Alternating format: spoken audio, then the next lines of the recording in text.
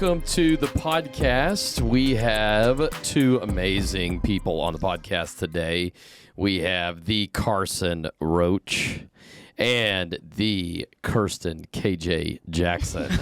Not the KJ. Yes, KJ. Both are all summer staff, and we are glad to have you ladies on. Y'all have been to camp many, many years. What did you get to camp? I actually did not come to camp until I was a JCT. My first year was a JCT camper, and I came with my basketball teammates. Okay, oh my gosh! So you came with Jaden and Kalena? I came with Jaden, Kalena, Chloe Clardy, Mackenzie Folds. You were the my gosh! Yeah, that is Jaden and Kalena. And Brooklyn amazing. Anderson. Okay, all of us came. And then, how long you been coming to camp? This is my 11th summer at camp. 11th summer, since third grade type thing. So 7 years as a camper, then 4th year as a counselor. I love that. Yeah. All right, well, as we start things off today, we are going to play a game. Okay. It's a Brook Hill game because it's a Brook Hill podcast. And in order to do that, we are going to need Karson to take off those headphones and put those on. Okay. Oh, I'm scared. And I'm going to explain the rules, and we're going to get we've got Groves is going to play some music. All right. Do you hear? Is she playing? All right. You hear it? She can't hear me. Okay. All right, Kirsten. Here is the leaderboard. If we can throw the leaderboard up there, Mr. Cole. So this is Brook Hill. Callan is in the lead, followed by Griffin, Julia Stewart, Ben Brown, Jensen, Jason, Maddie K, Tyler, Maddie Dar, actually.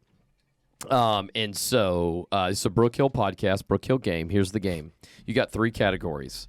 The categories are camp songs, name any camp song, name an activity, or name a bunkhouse. You can name all. It doesn't matter. Name it. You can jump around all 3 categories. You can stay in one category, whatever. But you have 30 seconds to name as many things that fall into those 3 categories. Okay. Are you ready? I'm ready. Okay, 30 seconds. I gotta get locked in. Get locked in. When that 30-second timer, we can remove that and put the 30-second timer up. All right. When it hits up there, that is when you will officially begin. Are you ready? Okay, wait. I'm not ready. Cabins, camp songs, and what else? Activities. And activities. Okay. Cabins, camp songs, activities. All right. Go ahead, Cole. We're waiting on you. Throw it up. There we go.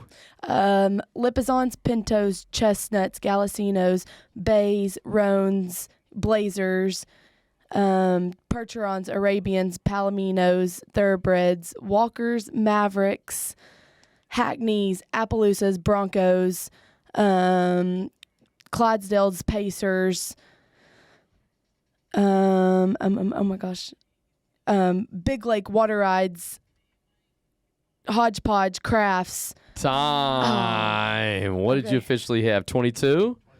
22. Yes, Unofficially. We'll have to watch the video. Okay. All right. You can take your headphones off and put those on.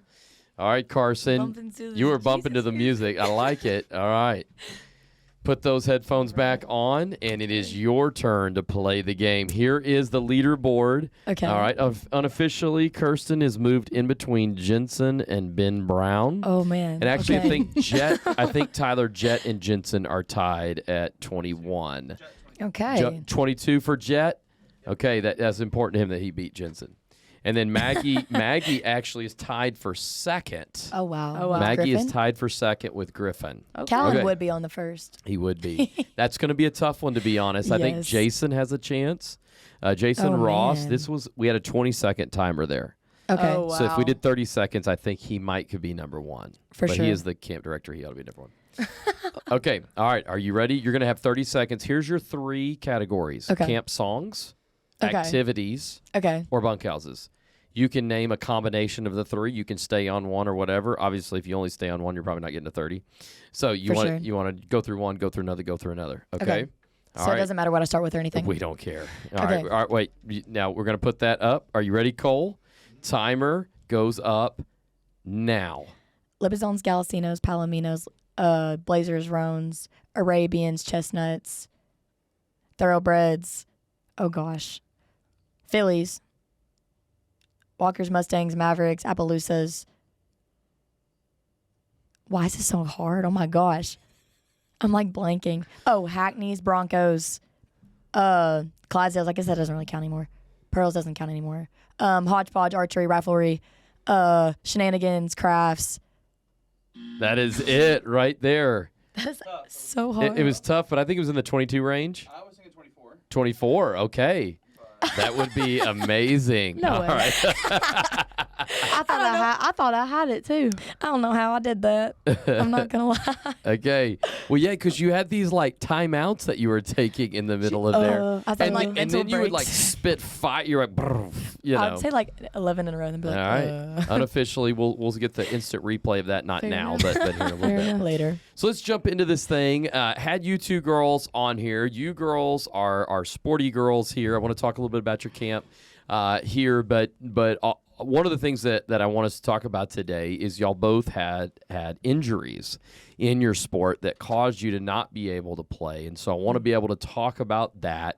Talk about what that was like going through something like that, and for people who might be listening, you know, campers, JCs, or what have you, to maybe encourage them, you know, to get to the other side to talk about what we talked about at Brook Hill Church. But you know, that was a storm for you that you had to go to the other side on. But just to set a little backdrop, y'all are from different places. Let's go with Kirsten first. You're from where? Marion, Arkansas. Marion, Arkansas. Loved Yes. being up there doing a D now with you Yes, guys. so much fun. What sports did you play, and what was your main sport where you got injured? I played volleyball, and so my position on the team was outside hitter at the time. And what year was this? This was my 9th grade club season. So I was about to be going into 10th grade in the fall. So 2018. And I remember playing in a tournament in Jonesboro. It was the first tournament of the season. And I went up to take an approach to hit, and the ball went over my head, and I reached for it too far and then came down on one leg. I immediately went down. It's funny now looking back at it because all of my teammates were crowded around me, and they were like laughing, like, Kirsten, get up, like, you're fine, because I was like on my stomach with my hands over my head, so they thought I was laughing. Yeah, and they maybe thought you were upset that you missed the ball or whatever. Something Like, it's all good. along those lines. And come to find out, I was not laughing. I was in very much pain, and, you know, got off the court, and, you know, I had a couple people around that were doctors, and they're like, oh, you know, you might have hyperextended it or done this. And I was like, okay, you know, 2 weeks, I'll be fine. We'll put some ice on it. I went to get it checked out the next week, and the doctor put his hand on my knee and immediately was like, you tore your ACL. Even before the MRI. Even before the MRI, he knew it wasn't there. Wow. And you knew it too, because walking, it was given out, right? It was given out, Yeah, and it's classic. kind of crazy because when you tear your ACL, you can still walk, Right. and it's fine. And that's the scary part. But every It once in a is. while, you just buckle because where it's supposed to Yep. support. It doesn't. Right. Yeah. So I went in, and, you know, that's hard news to hear because you're like, wow. And Yeah. I mean, I had done research after research before I'd even gone to the doctor, and I was like, you know, this is really starting to sound like this is what it's going to be. I went in to get my MRI, got the results from that, and my ACL was completely gone. There wasn't anything left of it. My meniscus was fully torn also. I had to get, so surgery came around about 2 weeks later, and I would say that was the scariest part of it.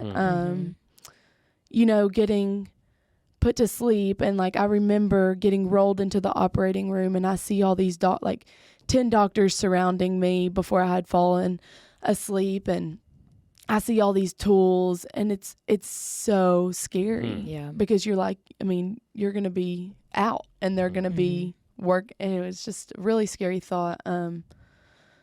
Recovery was even harder and scarier Sure. than that. If you can imagine that, it is 100% harder. It is. It's yeah, it is. It's pretty tough. Let's go over to Yeah, Karsten for yeah, just a I wanna second. hear her So yeah, story. and I want to kind of walk through together a Go little back bit and here. forth. Yeah. So, Karson, you're from where? I'm from Conway, Arkansas. Okay. And so my whole life I've been an athlete. That has just been my thing. I was Mm-hmm. never a girly girl. I've been a dad's girl my entire life. Mm-hmm. I know you and Dad are close, and I love Dad. Me and I've my met dad. him. Yeah. Oh, he's awesome. Me and my dad are very close. Same with me and my mom, but my mom doesn't know a lick about sports, and that's where me and my That's very dad true. like are able to connect on that.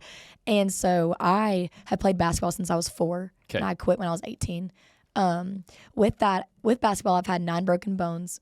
Oof. I've gotten my chin glued back together. I've broken my finger twice. So you're really I've had- aggressive. Very aggressive. I'm not in real life. I'm a very gentle, very timid That's hard to person. see for some reason. It is, Yeah. but Yeah. once you see me play, it's like, who is she? Like, I don't Right. know who she is.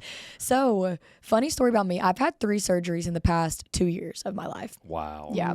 So, going into my sophomore year, I broke my hand in 3 different places How'd in you a do that? college combine.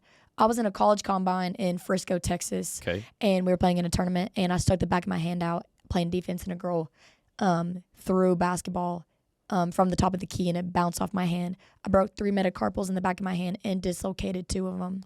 So From when she someone throwing so a when she hit it, basketball. it popped off. Never heard of that. It broke it, and Okay. it went limp. And a girl set a screen on me, and when she did, she ran off this way, and it snapped it in half. Okay. And so I dislocated it, and then I fell on it again afterward because K-Dog don't miss. I don't play. I keep going.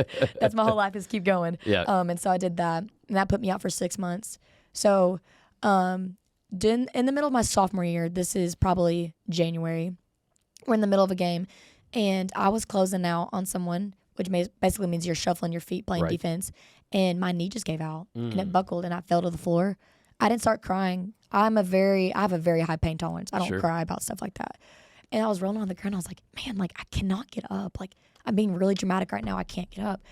And my coach came over to me and she's like, are you okay? And I was like, I don't think I can get up. And so they carried me off the court, went to the training room, and they were like, yeah, you probably just sprained your knee. Probably isn't anything serious. And I was like, oh, It's funny how they Perfect. always try and minimize. always And I know as a minimize. coach, I try to Oh, do yeah. the same thing with my girls. Yeah, you're like, ah, fine. you're good- 'cause You're that's gonna what be we hope. fine. That's what we Yeah, hope. exactly. and the thing was though, I laid on the table and I was looking at my knees, and I already have patellar tendonitis in both my knees at this point. Okay. I've had tendonitis since I was in 7th grade. So I've had knee problems my entire life. So I was laying on the table and I was like, man, that knee looks awfully bigger than the other one. And he started messing with it and playing with it. And I was like, this hurts so bad. I was like, I don't think I can do it. Come to find out, I tore my ACL. Mm. And then I was in recovery for 6 months, which is unheard of. Normally, recovery is a year. And then first day of my senior year tryouts for basketball, mind you, I've never tried out for this team because I've been hurt every time. Oh. So going in sophomore year, hand surgery. I was Okay. out. So junior year, ACL injury. I didn't come back till October, November. And then the first day, and actually Jaden Thomas, this is really funny.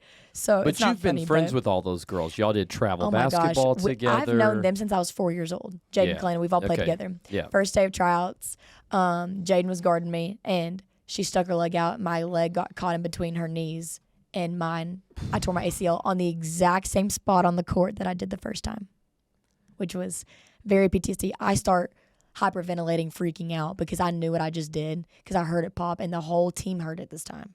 It was so audible that everyone on the baseline said, oh my gosh, are you okay? And I started bawling, crying, not because of the pain, but because I knew Of that I what was it going to have to meant. go through it. Of what it Not meant. once, Right. not twice, but now for a third time, going through surgery and recovery for the third time. So sophomore year, you don't get to play. Mm-mm. Junior year, you don't get to try out. Right, Junior year, you don't get to try out. right, Senior year, you tried out for 30 minutes. for 30 minutes. And that's it. That's it. And I was done after that. So being people who this has been a major part of your identity, 100%. a major part of your life. Mm-hmm. And this is why, we talk to people about having your identity in Christ, and it's kind of a cliche thing to say. Right. But whenever something is taken away from you, whether it's, and you girls didn't casually play upward basketball or No, upward volleyball. Absolutely not. It was. And It was not my to entire knock the life. people who have fun doing that. Right. But you guys both played travel Mm-hmm. sports, Right. which is commitment. Yes. This possibly is going to be a college thing. Yeah. this is some sort of a deal, like that. What does that do? And the fact that you tore it once and the fact that you did all those different things, it doesn't erase the fact that you all had a moment of time for you 3 years. Yeah. Mm-hmm. And the finale. And really, ultimately, it's telling you college is not in the cards, right? Right. I mean, that's what that's telling you. Yeah. And I For- have for people in my sports, life for telling me sports. that, like, since sophomore year, they're like, you're never going to be able to recover. You're never going to be able to. So that made me Yeah. push myself harder. Right. But I pushed myself so hard that I didn't allow healing mentally or physically. And so it just caused a lot of further issues rather than me just. I tearing my agree. I had ACL. my 16, I went back. So 16 years old, I went back to play club ball. And I had a pretty rough coach that year. And he continuously told me, you're not as good as you were. You won't get the playing time. You won't do this. You won't do that. And it made me work hard and have a very strong motivation to get back to where I was. And I ended up tearing my meniscus again and having a second surgery. And having someone not believe that you can do it, including your physical therapist at the time too, is probably the most disheartening thing about it all, is people not believing that you can actually do it and get back to where you were. Mind you, I proved them wrong, but Right. but still, it really stinks. Which is kind of the opposite of what we talk about here. We're always like, you Yeah. got this, you can do it. exactly. And so, like, when you come from home where it's just everyone's dogging you, you're never going to be good enough, it's negative talk all the time. And then, I struggled really bad with friends this year. So a little bit about my testimony, like, my whole life has been a little bit of suffering. I've had anxiety since I was in kindergarten. It wasn't diagnosed, but it was actually, I was diagnosed this year with severe anxiety and depression. And this is like October, right before my birthday. And it was right after my second ACL surgery. And I had some friends that were bullying me back home, making note pages about me, keeping tally marks of me every time that I talked about my ACL injury. And the other category was every time that I talked about something that I thought was important, but it really ended up meaning nothing to anybody. Word for word, and I saw it. And that broke my heart because not only was I struggling with the biggest physical battle of my life, my quadricep muscles decreased 50%. I can't walk. You can't drive for 4 months either. People don't realize that. So That's that's your independence. it's like, that's your entire independence. Mom, I need to go to school. Wake me up. Exactly. It's like you are pushing you regressing backwards for Yeah. sure. You feel like you And- can't do anything for yourself. No. At all. And the friends that I did have, they were just constantly telling me that I couldn't do it. And it was just so disheartening. And they didn't care because they didn't know what I was going through. So they didn't try to empathize with me in that. But then first day of staff training, I remember I came up here. I was a week late because I had to graduate. I was the last one here. And so I was really nervous because I was like, what if I don't make any friends? Like, what if, the people that I'm working with for a whole summer, like, what if we don't get along? The first person I interacted with was Kinsey Lippa. Come on. I didn't know Kinsey at all. I've only ever FaceTimed with her. And the moment I walked in the door, she said, "Welcome home, Karsen. We missed you. Where have you been?" And I've never had an interaction like that in my life. And so to go through an entire school year of depressive thoughts, of anxious thoughts, of anxiety attack, panic attacks, friendship issues, and to come into this place and feel the love that I did, it's nothing that I've ever experienced in my entire life. Come on. Yeah. God, go Kinsey. Go I love Kinsey. that. Golly. Yeah. So do you think that anxiety and depression was caused by the injuries? Do you think that's something you've dealt with maybe just, in your personality? For sure. My Enneagram, I know Enneagram isn't everything, but No, I'm an sure. Enneagram 9, so I'm a very much peacemaker. Oh. Like, Melissa's a 9. yes, I'm a 9-wing 1. That's Melissa. I'm very much peacemaker. Yeah. So when I was in kindergarten, my last name is Roach. Right. A lot of controversy comes with that because I don't little see kids anything that they could come up as a Totally not. guy. Totally not. As I've a never guy who's gotten- gone through junior high, there's no creative things I could come up with. Yeah, no. But in kindergarten, at age 4, all I want to do is make friends. I'm the Sure, oldest child in sure. my family. I have to make friends. Like, I'm the social butterfly. Right. It's what I love right. doing. I love making friends. It's like my entire life. And, age 4, when people are telling you, well, you're stupid because your last name's Roach, you're never going to make a friend. As a 4-year-old, you take It's that as huge. Yeah. no one likes me. I'm Right. going nowhere in life. So I started experiencing anxiety attacks at kindergarten, but I didn't know it at the time. Like I would get violently sick at school, and they just thought I was running a fever and that I was having a stomach bug type Right. issue, but ended up being stemmed from anxiety. And so after that whole thing happened, where I had surgery my senior year, that friend did that to me and was telling everybody that I was depressed. They were calling it out of me before I was even diagnosed with it. Right. They were telling people that I was being fake. If I was ever happy, then it wasn't real, and that if I was sad, then no one cared about me because I needed to suck it up and deal with it. So I was dealing with all these battles raging in my mind, and I felt so alone. And I remember saying, like, God, I've felt things for a long time. I'm so tired of feeling things, and so what I do, I shut it off. I turned completely numb. And that is the worst decision I ever made my entire life, was shutting off my emotions. I wasn't excited about anything anymore. I was like, why would I be excited about basketball when I'd have to sit on the bench and be a manager and pump out water when I can't even walk? That's my job. They need me for water. They don't need me for anything else. Why would I try in school? I already have a 4.2 GPA. Why would I try? Why would I try and make new friends? The ones that I have talk bad about me and everyone thinks that I'm depressed. Why would I try? You know? And so all of these battles started waging my mind.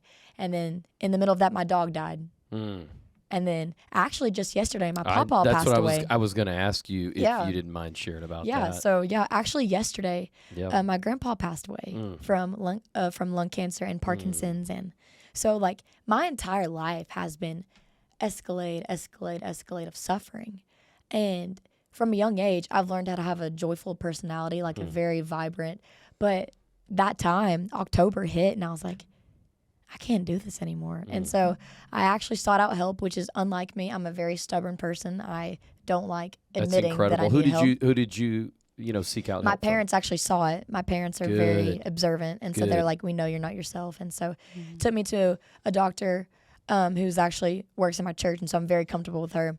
And so she put me on some anxiety and depression medication and sent me on my way. And so that's really helped me a lot, but what that has anxiety, this summer meant for you? Oh my gosh. With just the teammates to be able to communicate with. And, oh my gosh. It's everything. I came into staff training. I was shaking on the drive up here. I was like nervous? Nervous. Okay. I was so nervous because I was late. I'm the last one here. I don't have any of my stuff packed. Like, where do I know where I'm supposed to go? Where am I supposed to meet everybody? Where am I supposed to park? Like, come on. I'm so nervous. And, the first interaction I had was with Kinsey Lippa, and she encouraged me. She's like, come on, come eat breakfast with us. We've been waiting for you. Oh. And all the ACs, they would send me pictures of them during session, be like, we miss you, Karson. Haven't met you yet, but I know we're going to love you. Come on. And so I came into a place of love, and I felt so at peace. And I was like, man, like, I can be myself here. I don't have to worry about the things I'm going on at home. I don't have to worry about those friends anymore because those friends don't compare to the ones that are pouring into me right now. And so I had very low confidence. I was struggling so bad with anxiety and things and insecurity and not feeling good enough, not feeling strong enough. I'm in constant physical pain all the time. I still am. I have to get Callie to KT tape my knee every day because I can't walk straight. Right. Yeah, you made me nervous when you were in tug of war. Did you see me eyeball? Did you see me looking at you? I'm not gonna lie, I was not coherent during tug of war. But did you see me looking at you like? Yes, and Lindley was helping me out too. They were like, Yeah. So you deal with all those things. But this summer has meant the world to me. It has taught me how to be confident in who I am, and the Lord feels his confidence within me, and it doesn't come from myself, because if it did, I'd be that depressed, broken person that I was back in October. Right. And it doesn't come from myself, and it comes from Jesus Christ and who he says I am. Come on. And to have these little girls look up to you. And I shared my testimony about my knee every single night, or not every single night, every single first night with my cabin, and I share with them my testimony and my struggles. And I've had 6, 7 girls come up to me and say, I struggle with the exact same thing. Come on. And so I remember thinking, like, look at God using you. Right. And in the moment, there's one point in time I was sitting in my bedroom floor with my crutches, and I fell off my bed because, you have a 20-pound brace on with ice bags, with ice wrap, and you can't move. And I was trying to get my remote, and I fell off my bed, and I fell on the floor, and I was so done. I took my crutches and I started banging my dressers, and I was just whacking at it, and I was screaming at God. I've never been so mad in my entire life. Sure. And I laid there in my floor on my carpet, and I said, well, now I can't do that again because that was stupid, and now I can't get up. God, I don't know how you're going to use me. I don't know what you're going to use me for. Everything that I have is taken away from me. Here's my heart.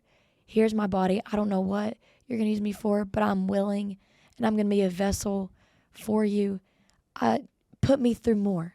Give me more suffering to go through. I dare you. Put me through more, because I know I can make it to the other side with you holding my hand the whole way through. And that suffering has brought me a lot of endurance. The things that I thought would... The grit that you have. Yes. Taught me grit for sure. So that's something that I've learned this summer for sure.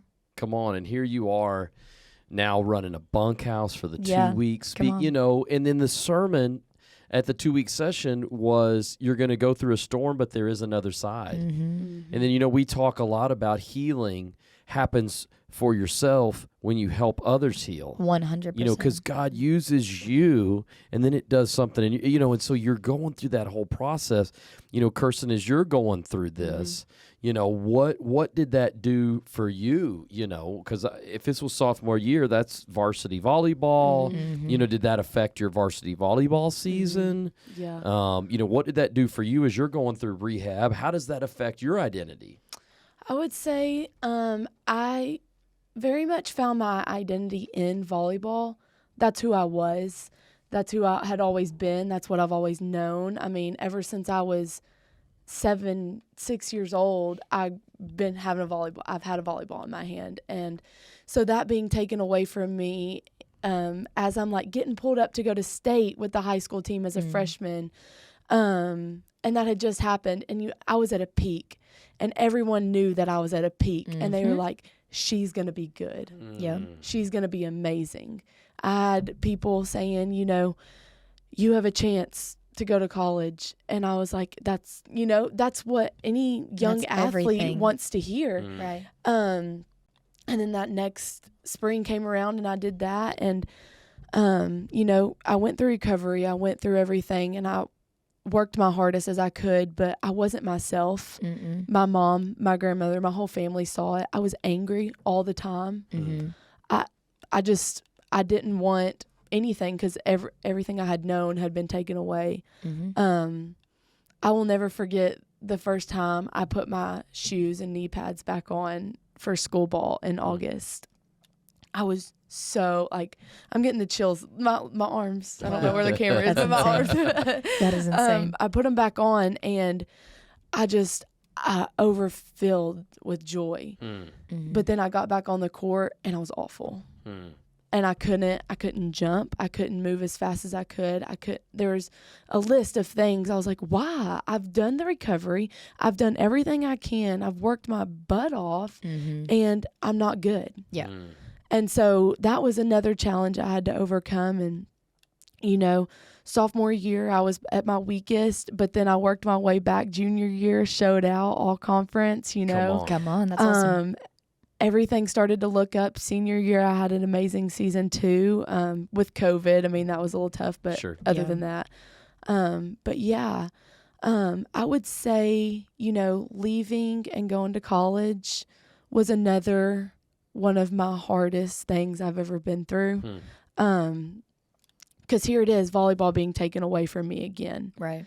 I had that injury. I wasn't as good. I was good, but not as good as I could have been. Not maybe what you were on your way to do. Exactly. Because of the physicality. Exactly. Yeah. I had a couple schools talking to me, but it was nothing I was really being called to think I needed to do that. So I let those offers pass, and I'm at UCA now, but let's go. I've gotten to coach at Elite Volleyball Academy in Little Rock. So that's kind of my way of getting into it. Right. But leaving for college is probably the biggest transition I've ever been through in my life. I'm attached to my mom's hip. I love her to death.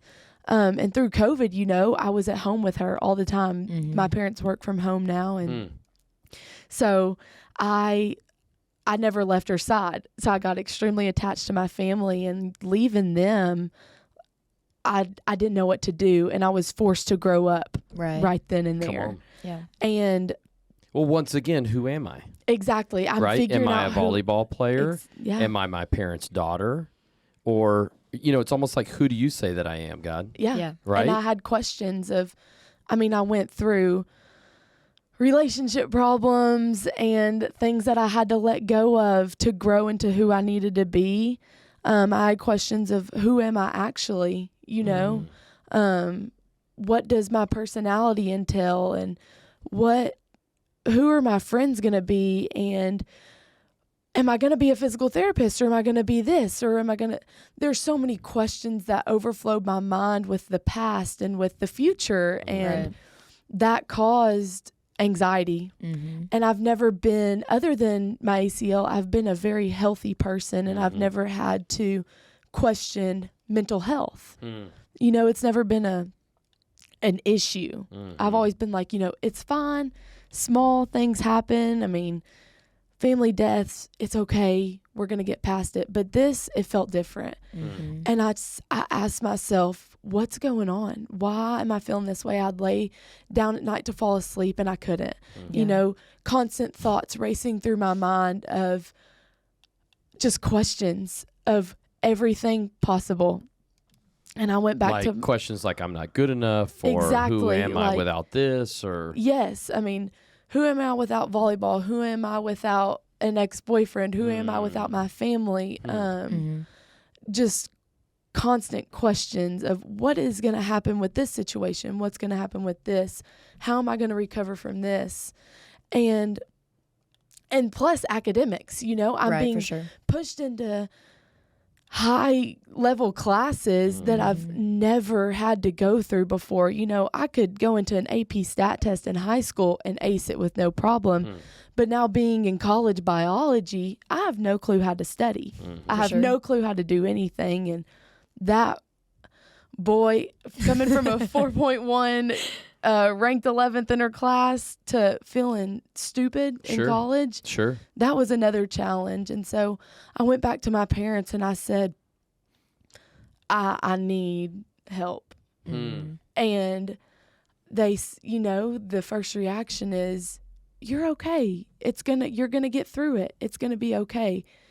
And I had to fight that. And I said, but you were saying, I'm not okay. I'm not okay. And I've never had to say that before. Because even through my ACL, I never admitted that. I mean, I wasn't okay, but I wasn't going to say I needed help.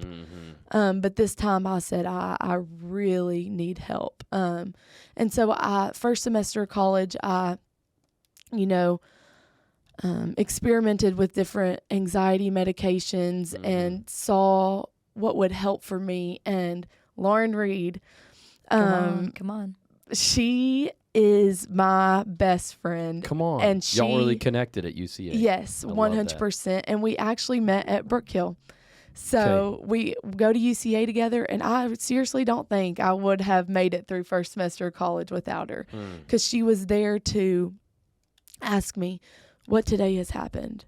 And I'd let it out, and she'd be like, okay, let's start from here, and we're going to work our way forward. And I just, seeing where I am this summer and last summer, it's two different people. Come on. That's because all the pain I went through first semester and last summer, like, it grew me into the person that I've always wanted to be. And like, I can't even comprehend it, because, like you said, you're in the middle of the storm, you want to give up. And that's exactly what I wanted to do. And every night I asked, why? Why am I being put through this? Why am I struggling so bad? What did I do to deserve this? And every time it was stay patient, stay patient, stay patient. And I stayed patient, and I've received every month since December, I've seen little. Come on. That's awesome. Positive things that are happening, and I got hired to work all summer. I've met my best friend. Now Karson gets to come and be at UCA with us. It's like a big trio, I'm so excited. And there's more. There's Hayden. I mean, there's a squad. We've got a to, squad y'all, going. UCA's growing. We're coming up there. We're coming up there. Me and Kirsten, actually, we rode back up here together from Father's Day weekend, and we talked about this exact thing about how, like, it's going to be so encouraging to get, like, refreshing friendships and, like, it is. all of that. going solution oriented, finding these life coaches, this woman at your church who's a doctor, finding these people, and then having friends, right? Friends make that you all the can difference. communicate with in a safe way, that are going to be in your corner, because you got to have those friends that don't just coddle you. No. But also encourage you to push into more. Exactly. Because you don't want friends who are going to tell you what you want to hear. Right. You want friends who are going to tell you and push you outside your comfort zone of what you don't want to hear, because that's how you grow. You want them to be safe, right? You want it to be a place where they're where they love you, but at the same time, they don't let you just stay where you're at, right? They want to help you. And how difficult is it to be in the middle of it?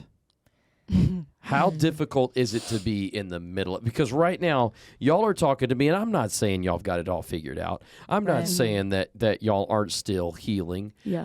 Here it is. But look at you today. Your grandfather passed away yesterday, and though very, very difficult and will continue to be difficult, and you will mourn, but you're a different person today hearing that than you would have been a year ago. 100%.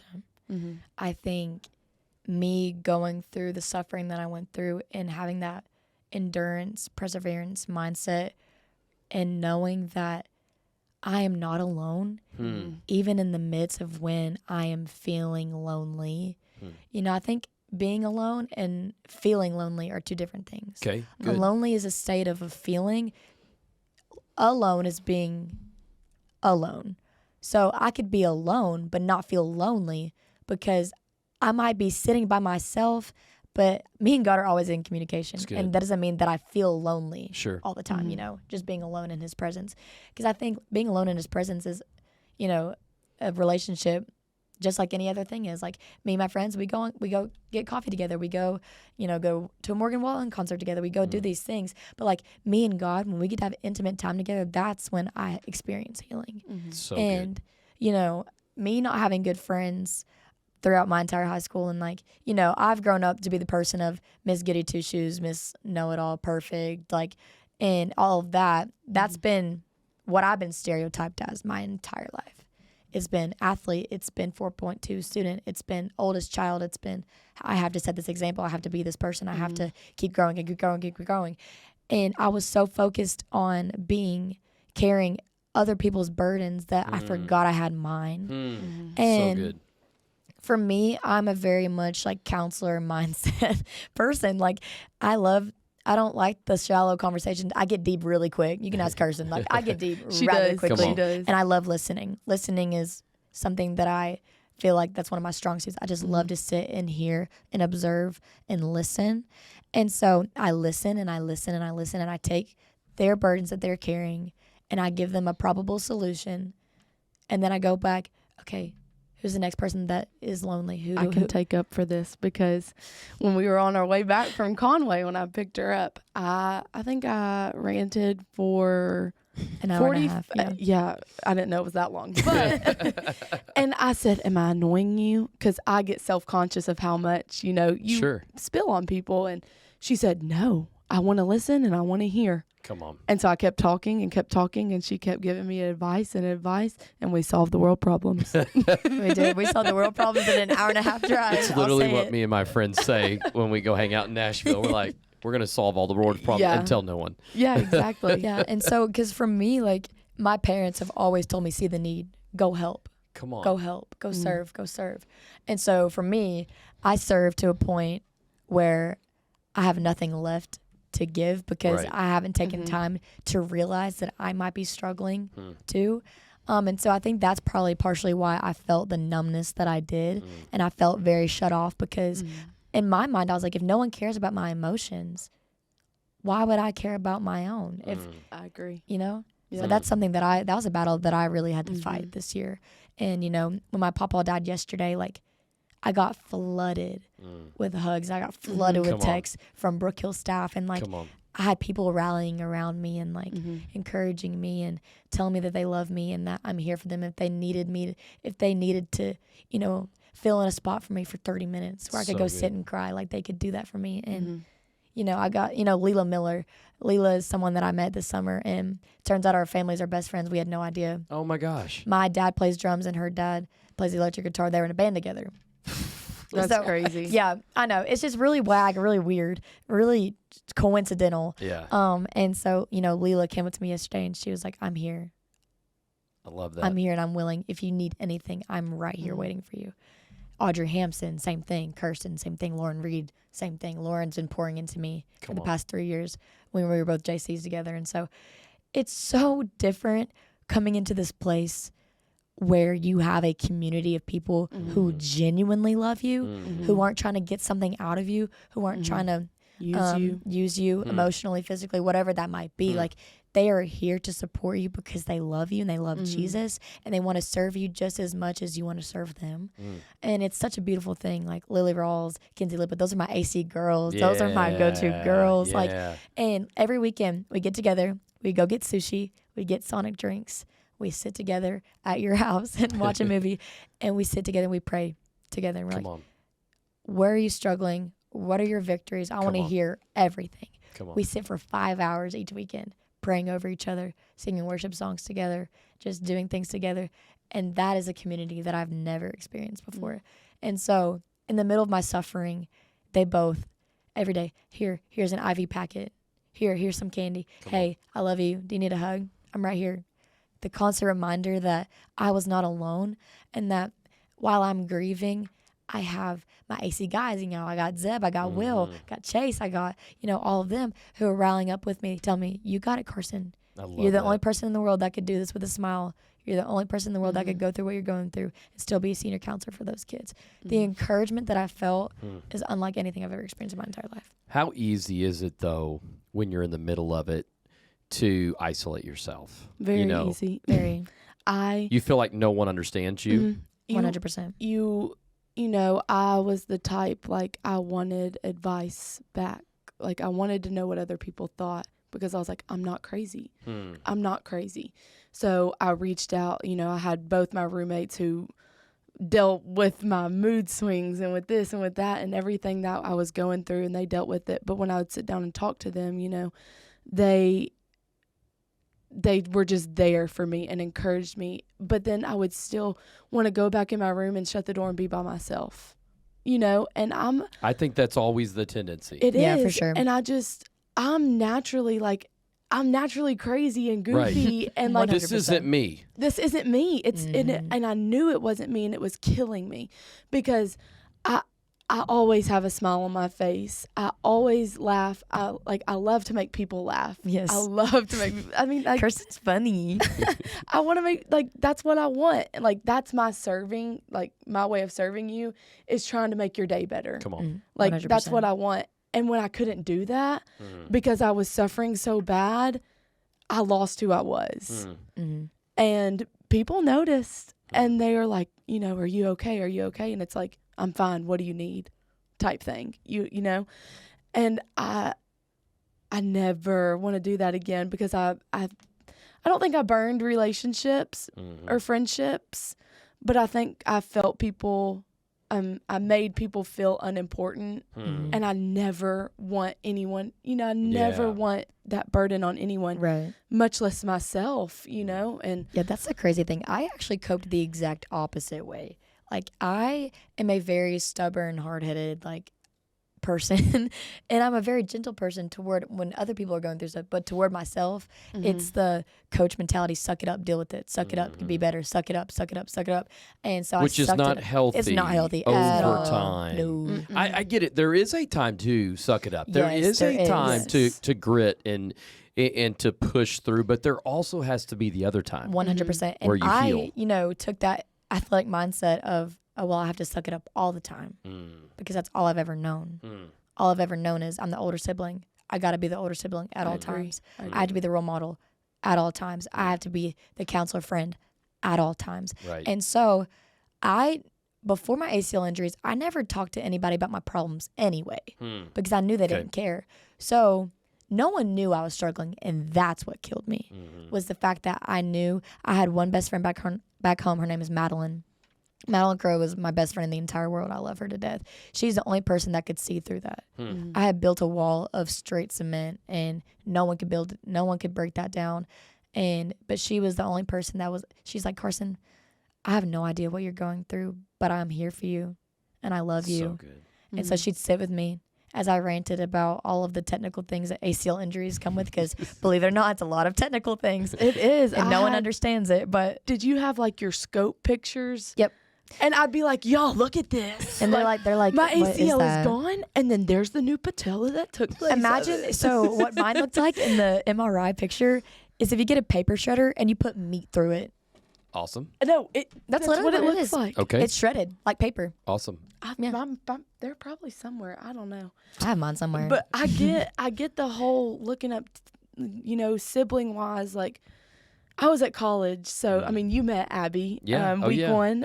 Your twin, your mini my me. little mini me. my little mini me's came this week too. But I love him. I was at college and she's at home and she's going through me not being there. Right. And I don't think she ever knew how bad I was. Because when I came home, I went to my mom about everything, and I never went to her because I felt like if she knew how bad I was struggling, then she wouldn't. I don't know how to put this. I want her to always look up to me as, Big, Karsten, strong. and- big, strong. I'll always be there for you, older sister.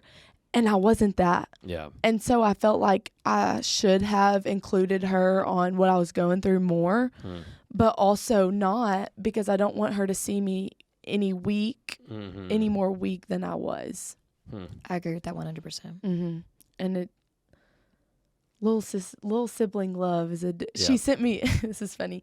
She sent me a TikTok the other day, and Oh gosh. it said, it was this just girl singing, and it was like, sibling love is different because no, you can't borrow my charger, but if you need a kidney, I got you. I love that. And I was like, I Abby, love that. you're so Avery that's so texted me and funny. said, "Have you set off a metal detector yet?"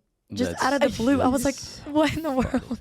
You know, but the biggest thing that I want our campers or junior counselors or whoever to know is, what I love from you guys is you're moving to the other side. Yeah.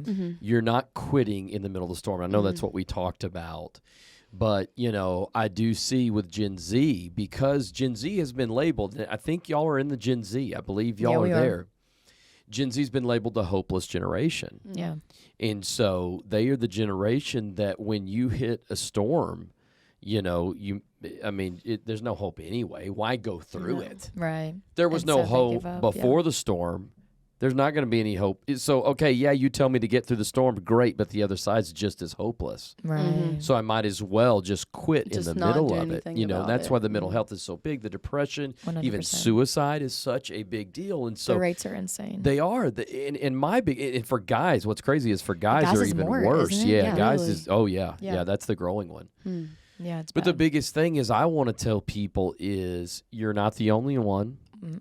Don't isolate yourself, because that'll make you feel like you're the only one Yeah. going through something. 100%. Communicate with someone. Obviously, good Lord, talk to the Lord. Be honest with him, like you were, where you were, throwing your crutches down. But don't quit. Right. I No. agree. And I was reading 2 Corinthians this morning, actually, and it was talking about how God suffers with us in our moment, but he also comforts us in that Come on. moment all the same, Come on. just as much as he, is with us during our suffering. And I thought that was so beautiful. It's such a testament of who our God is and who we serve, that I know that I'm suffering, but I know that Jesus is going to comfort me the exact same way that he comforts me when I'm going through suffering. And so that's a verse that I have actually in my wallpaper, That's so something good. that I take with me, because I know that no matter how big the storm is, that God's sitting at the front of my boat saying, "You have Come little on. faith. Come on. Come on, give me more." And I'm like, "Give me more, God. I can handle it. Not Hey, on my own." I don't have this verse memorized just yet because I just heard it recently. But can I pull up your Bible app and show you the one that has You can. rocked me? Here we go. I got it open right there. All right. Let's see. Let's see what we can get. Let's see if you can remember that. While she's doing that, And then you can pull up yours after she's done. But Period. Karson, what would you say to somebody, and I want both of you eventually to answer this, what would you say to somebody who's in the middle of something? What would you say to somebody that says, I don't feel it? What would you say, what would be your encouragement to them? I understand. There were times where I wasn't feeling it. I would pray hopelessly and earnestly to God, and there would be times where I just felt nothing. Come on.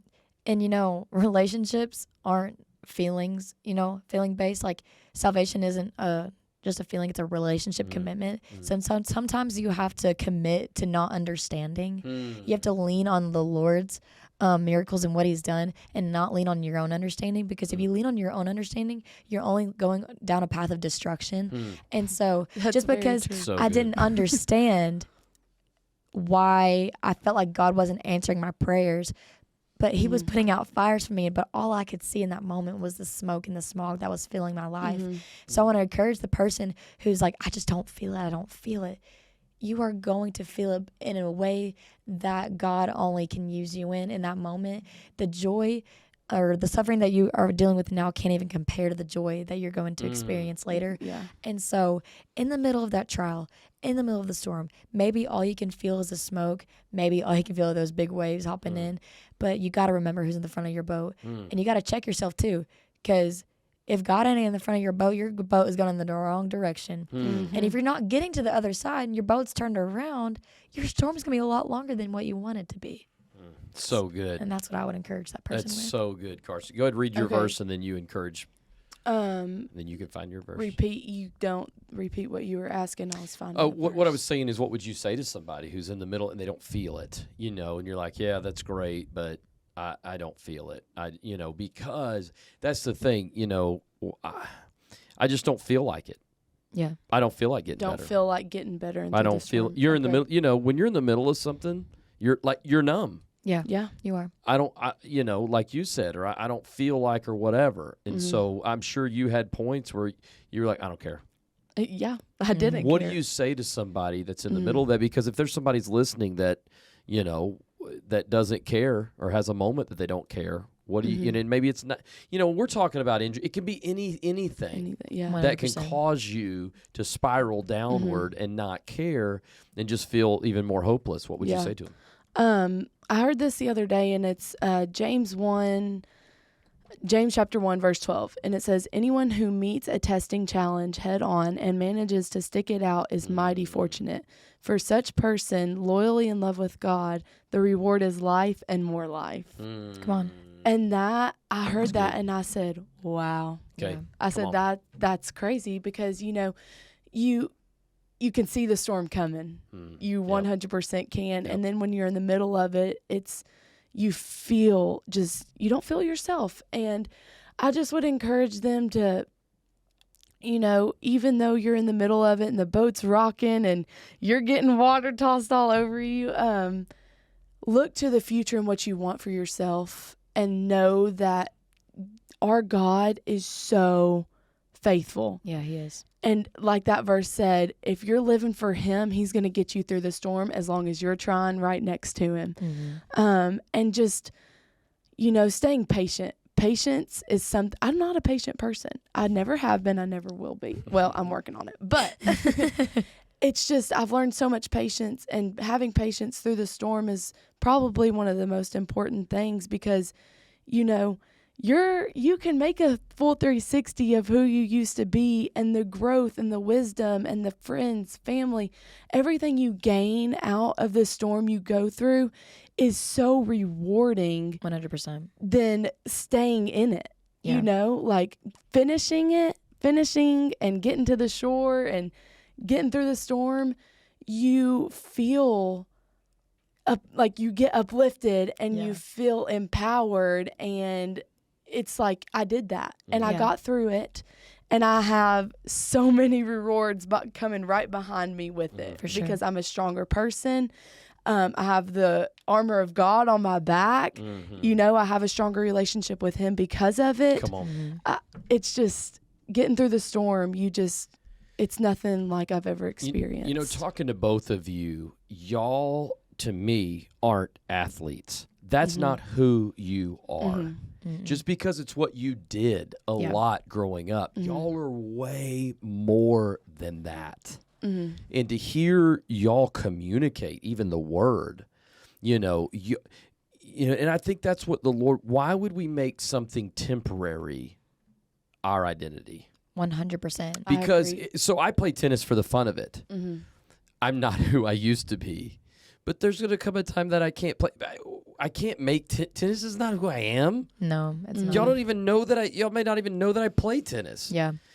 I'm more than I'm not some tennis player. Right. There's more than that. 100%. And I think that's the thing is y'all losing those things. You didn't lose who you were.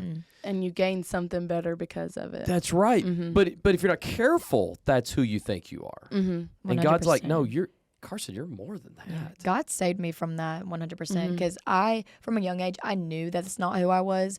But, you know, the people I was surrounded by, that is who they are. Sure. A lot of the times that's who they consume their identity in.